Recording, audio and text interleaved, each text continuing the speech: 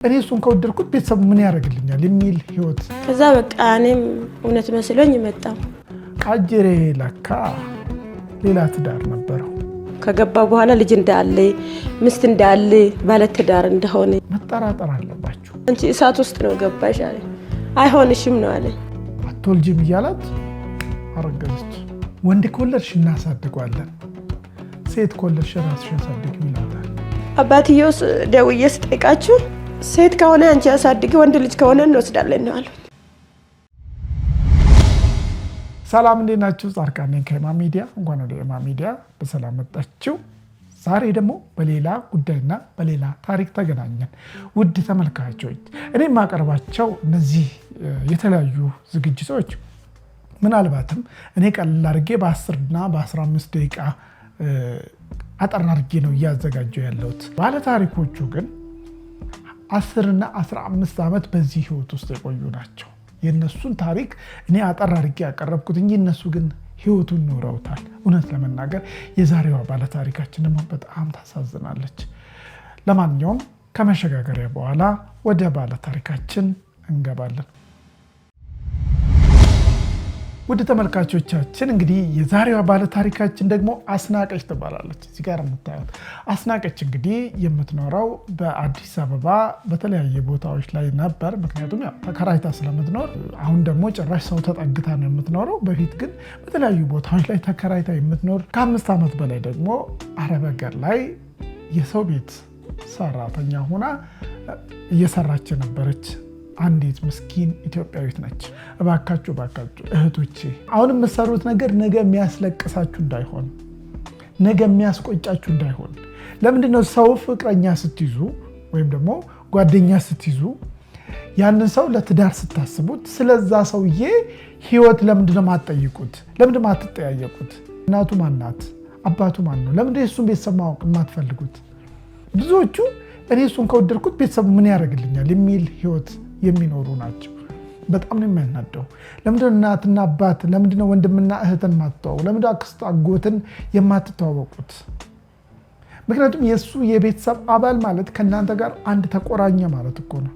የሱ ህይወት የሱን ህይወት ማወቃችሁ ለነገ ለልጅ ልጆቻችሁ ወይም ለምትወልዷቸው ልጆች መሰረት ናቸው። ከዛሬው ባለ ታሪካችን የምንማረው እንግዲህ ይሄንን ነው። እባካችሁ አሁንም እንዲህ አይነት ህይወት ውስጥ ያላችሁ፣ ምናልባትም ደግሞ ጓደኛ ይዛችሁ ጓደኛችሁ ብቻ ምናልባት ራሱን የሚደብቅ ከሆነ፣ ስለ ራሱ የማይናገር ከሆነ፣ ማለትም ስለ ቤተሰቡ የማይናገር ከሆነ፣ ስለ ህይወቱ የማይናገር ከሆነ፣ ስላሳለፈው ነገር ማወቃችሁ ጥሩ ነው። በእሱ አትጨነቁ። ስላሳለፋችሁት ነገር አትጨነቁ። ወይም ደግሞ የባለፈው ህይወቱ ኮሜንት ካላችሁ አሳውቁኝ። ምናልባት በዚህ ንግግሬ ላይ ቅር ያላችሁ ሰዎች ካላችሁ አሳውቁኝ፣ ደስ ይለኛል፣ ይቀበላለሁ ኮሜንቱን። ያለፈው ህይወት ምናልባትም አሁን ላይ ባይጠቅምም ግን እናንተ ያን ነገር እንዳትደግሙት ያደርጋችኋል። ስህተት ካለው መጥፎ ህይወትን አሳልፎ የመጣ ሰው ከሆነ ያን ነገር ማስተማርና ወይም ደግሞ ከዛ ነገር መማር ትችላላችሁ ራሳችሁ። ይሄን ነገር ለምን አልኩ መሰላችሁ? የዛሬው ባለ ታሪካችን አስናቁ፣ ቀደም ብዬ ያስተዋወቅኳችሁ ማለት ነው። አስናቀች እንግዲህ አረብ ሀገር ሁና በምትሰራበት ወቅት ያው ብዙ ጊዜ የታወቀ ነው፣ አረብ ሀገር ያሉ እህቶች ብዙ ጊዜ ኢሞ ይቀናቸዋል እና ኢሞችኛው አፕሊኬሽን ማለት ነው። እና በኢሞ ብዙ ጊዜ ቻት ታደርጋለች፣ ስልክ ትደዋወላለች ምናምን ከተለያየ ሰው ጋር። አጋጣሚ ሆኖ ግን ይሄንን ሰውዬ ታገኘዋለች። ይሄ ሰውዬ ፖሊስ ነው በሙያው፣ የፖሊስ ባልደረባ ነው። አሁን ላይ ፖሊስ ባይሆንም በወቅቱ ግን ፖሊስ ነበረ። ፖሊስ መሆኑን ታውቃለች። በጣም አሪፍ ጊዜ ያሳልፋሉ። ያው ማለት በስልክ ቻት ያረጉ ምናምን ነገር በቃ ጥሩ ጊዜን ያሳልፋሉ። ታውቁታላችሁ፣ የመጀመሪያ ፍቅር ወይም ደግሞ መጀመሪያ እንግዲህ ወደ ፍቅር ሲገባ ሞትኩልሽ፣ አበድኩልሽ ምናምን የሚባለው ነገር በኢሞ አማካኝነት ማውራት ትጀምራለች። ሁሉ ነገር ደስ ይላታል። እዛ ያየችው ነገር አሁን እዚህ ጋር አስናቁ ተሸውዳለች፣ ወይም ባለታሪካችን ተሸውዳለች። ምክንያቱም እሷ እያወቀችው ያለችው እሱን እንጂ የሱን ያሳለፈው ምን አይነት ህይወት ውስጥ እንዳለ ከማን ጋር እንደሚኖር ይህን ነገር አልጠየቀችው በፍጹም። አይኗን ጭፍና አድርጋ ምንድን ነው የሆነችው? ከሱ ጋር ብቻ ማውራት ነው። መታ አግብታው ልጅ መውለድና በቃ አብሮ መኖር የሚባለውን ህይወት ብቻ ነው የምታስበው። እሷ ስለ ራሷ ህይወት ትነግሯለች። እናቴ እንትና ነች፣ አባቴ እንትና ነው ምናምን፣ ወንድሞቼ እህቶቼ ምናምን እያለች እሷ ትነግሯለች። እሱ ግን በፍጹም ስለ ራሱ ህይወት አይናገርም። እዚህ ጋር እኮ መጠርጠር አስፈላጊ ነው። በነገራችን ላይ ሁል ጊዜ መጥፎ ነው እያልኩ አይደለም፣ ግን ደግሞ የሆነ ሰው ስለ ራሱ ህይወት የማይነግራችሁ ከሆነ መጠራጠር አለባችሁ። ማነው ወንድምህ? ማነው እህት? ምክንያቱም አንድ ነገር ልንገራችሁ፣ ወደንም ጠላንም የዛ ሰው ዘመዶች እንዳሉ የኔ ዘመድ ነው የሚሆኑት። የዛ ሰው እህቶች እንዳሉ የኔ እህቶች ነው የሚሆኑት። የዛ ሰው እናትና አባት ለኔ እናትና አባቴ ነው ብላ ማሰብ ነበረባት። እኔም ማገባት ልጅ የእሷ እህቶች እንዳሉ ለእኔ እህቶች ይሆኑኛል። የኔ ወንድምና እህቶች ለእሷ ወንድምና እህት ነው የሚሆኑት ከተጋባ። ምክንያቱም አንድ ሆነ ማለት እኮ ነው አደለ? ትዳር ሲሆን የእሱ ቤተሰብና የኔ ቤተሰብ ይቀላቀላል ብላ ማሰብ አለባት። ሁላችሁም ይህን ነገር ብትይዙልኝ ደስ ይለኛል። አባቶች ብዙ ጊዜ ተናግረውታል። የተለያዩ ትልልቅ ሰዎች ያወሩታል። ድሮ እኮ ምን ይባላል መሰላችሁ? ልክ ጓደኛሞች ሲያያዙ ለቤተሰብ ይናገሩና የማን ቤተሰብ ነው የሚለው ነገር ይመጣል። ይሄ ነገር ክፋት የለውም በነገራችን ላይ፣ ምክንያቱም መተዋወቅ መልካም ስለሆነ ነው። አንድም በደም አለመገናኘታቸው የደም ትስስር አለመኖሩን ያረጋግጣሉ። ሁለቱም ደግሞ ያ ሰው ከዚህ በፊት ምን አይነት ህይወት ነበረው? ትዳር ይኖረው ይሆን ወይስ አሁን ላይ ከማን ጋር ነው እየኖረ ያለው የሚለውንም ነገር ማረጋገጥ ያስፈልጋል ነው። እንግዲህ ወደ አስናቁ ወደ ባለታሪካችን ስንመለስ ባለታሪካችን እንግዲህ ከሱ ጋር በምታወራበት ጊዜ አሪፍ ነገር እየነገራት ኢትዮጵያ ነይ ግዴለሽም ኢትዮጵያ ነይና አንቺ ስራውን አቁመሽ እኔ አንቺን አስተዳድርሻለሁ። የኔ ደሞዝ በቂ ነው።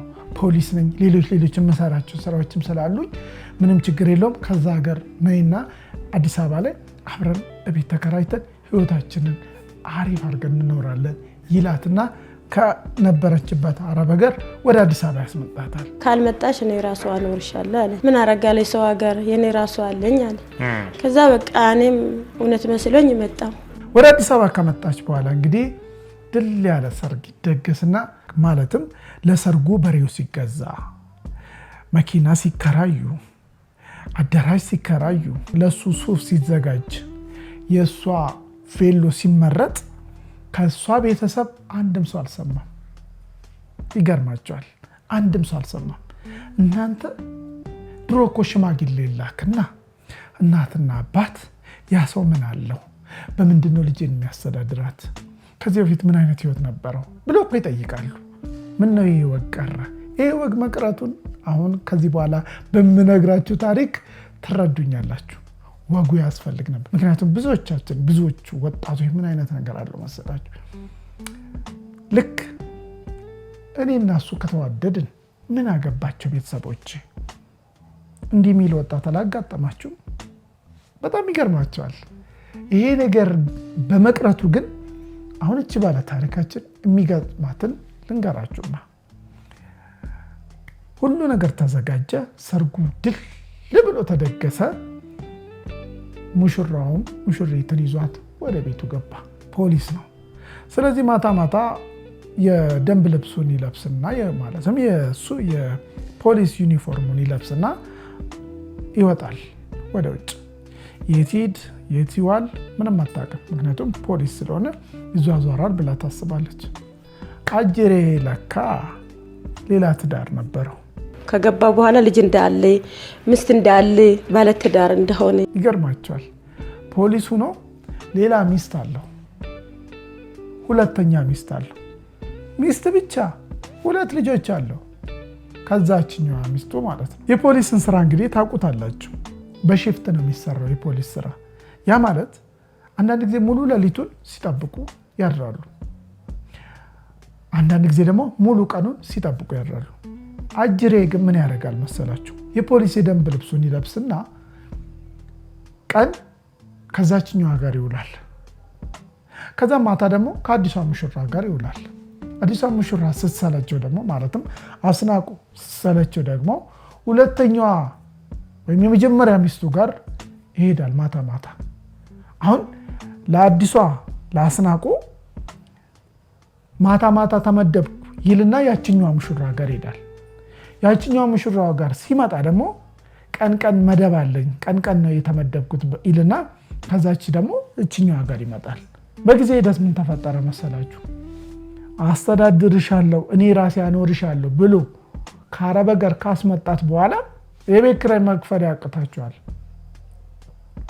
ከዛ ስራ እንደውም ትቻለሁ ይላታል አዲሷ ሙሽራ ማለት ነው። የዛችኛዋን እንግዲህ አናውቅም።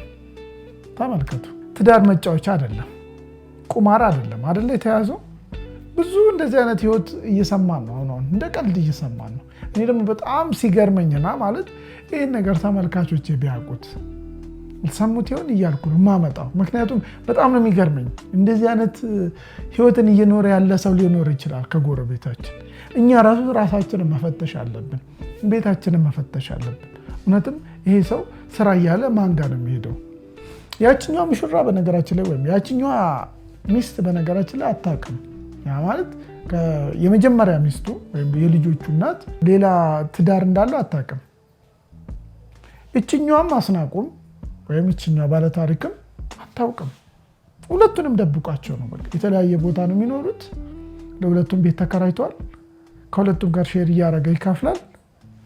በቃ ህይወቱ ይሄ ነው። ምን አይነት ህይወት ውስጥ እንዳለ አላውቅም። እንግዲህ በመሀል ምን አይነት ጥያቄ ይመጣል መሰላችሁ? አስናቁ ጋር ምን አይነት ጦርነት ይፈጠራል?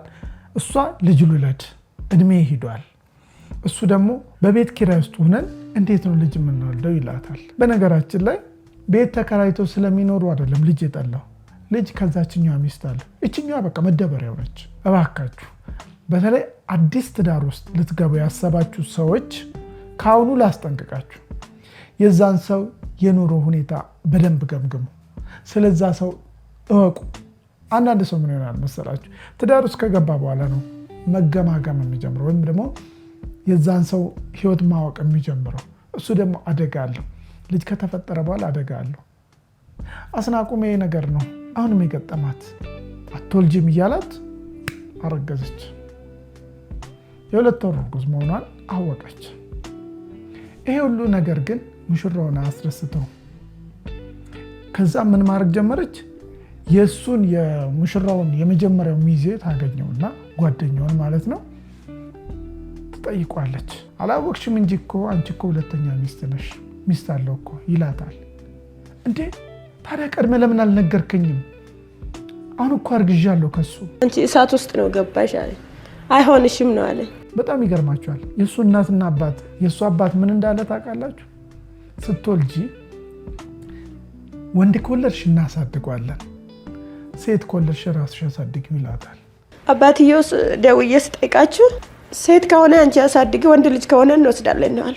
ግድ የላችሁም፣ ራሳችንን በደንብ መመርመር መቻል አለብን። ውድ ተመልካቾች እንደሌላው ጊዜ አስቸግራቸዋለሁ። ዛሬ ግን አካውንት አይደለም ማስቀምጥላችሁ። እንግዲህ 80 ስላልተቀደደ አሁንም ባለቤቷ እያልኩ ነው መጣራው። ባለቤቷ ምናልባትም በህይወት ካለ እንድትጠቁሙንና እኛም ደግሞ የበኩላችንን አድርገን ለዚች እናት እንድረስላት። እሷ የምትፈልገው ባለቤቷ ለልጇ ማድረግ ያለበትን እንዲያደርግ ብቻ ነው። ምክንያቱም ጠንካራ ነች። ብዙ ጊዜ በነገራችን አረብ ሀገር ላይ ሰርተው ወደ ሀገራቸው የተመለሱ እህቶች በጣም ትንሽ ነገር ነው የሚፈልጉት። በቃ ጠንካራው ነው ለመቆም። ቢወድቁ ቶሎ ይነሳሉ። ምክንያቱም ያሳለፉት ከባድ ህይወት ስላለ በጣም በትንሽ ስራ ራሳቸውን መቀየር ይችላሉ። እሷ ገንዘብ አትፈልግም ከሰው። በእርግጥ ሰው ቤት ተጠግታ ነው ያለችው፣ ገንዘብ አይደለም። ቢያንስ ግን ታማሚ ልጇን መርዳት ትፈልጋለች። ጠንካራ ነች፣ ጎበዝ ነች። ስለዚህ ውድ ተመልካቾች እንግዲህ ይሄንን ይመስላል የዛሬው ፕሮግራሜ። በነገራችን ላይ ሰብስክራይብ እያደረጋችሁ አይደላችሁም? ላደረጋችሁ ግን በጣም አመሰግናችኋለሁ። ሳታደርጉ ግን ይህን ቪዲዮ እየተከታተላችሁ ካላችሁ እባካችሁ ሰብስክራይብ አድርጉን። 10,000 ጉዟችን ትንሽ ይቀረናል። ወደ 2,000 ሰው ብቻ ነው የሚቀረን። ስለዚህ ሰብስክራይብ አድርጉ። ሰብስክራይብ አድርጉና 10,000 አስገቡን። 10,000 ጉዟችን እንግዲህ በጣም በቅርብ ቀን በእርግጠኝነት በእናንተ ተማመናለሁ። ሰብስክራይብ ያላደረጋችሁ ሰብስክራይብ አድርጉ። ሌሎች ብዙ ታሪኮች፣ ብዙ አስገራሚ ታሪኮች ተዘጋጅተዋል። እነሱ ታሪኮችን እንሰራለን። እናንተም ትማሩበታላችሁ። መማር ብቻ አይደለም፣ ታሪካችሁንም እዚህ መጣችሁ እኛ ስቱዲዮ መጣችሁ ታቀርባላችሁ። ለዛሬ ያዘጋጀውላችሁ እንግዲህ ይሄንን ይመስላል። ሰብስክራይብ፣ ላይክ፣ ኮሜንት ማድረጋችሁን እንዳትረሱ። ቪዲዮውን ከወደዳችሁት ሼር ማድረጋችሁን እንዳትረሱ። ውድ ተመልካቾቼ ለዛሬው በዚህ ላይ አበቃለሁ። ቀጣይ በሌላ ፕሮግራም እንገናኛለን። ባይ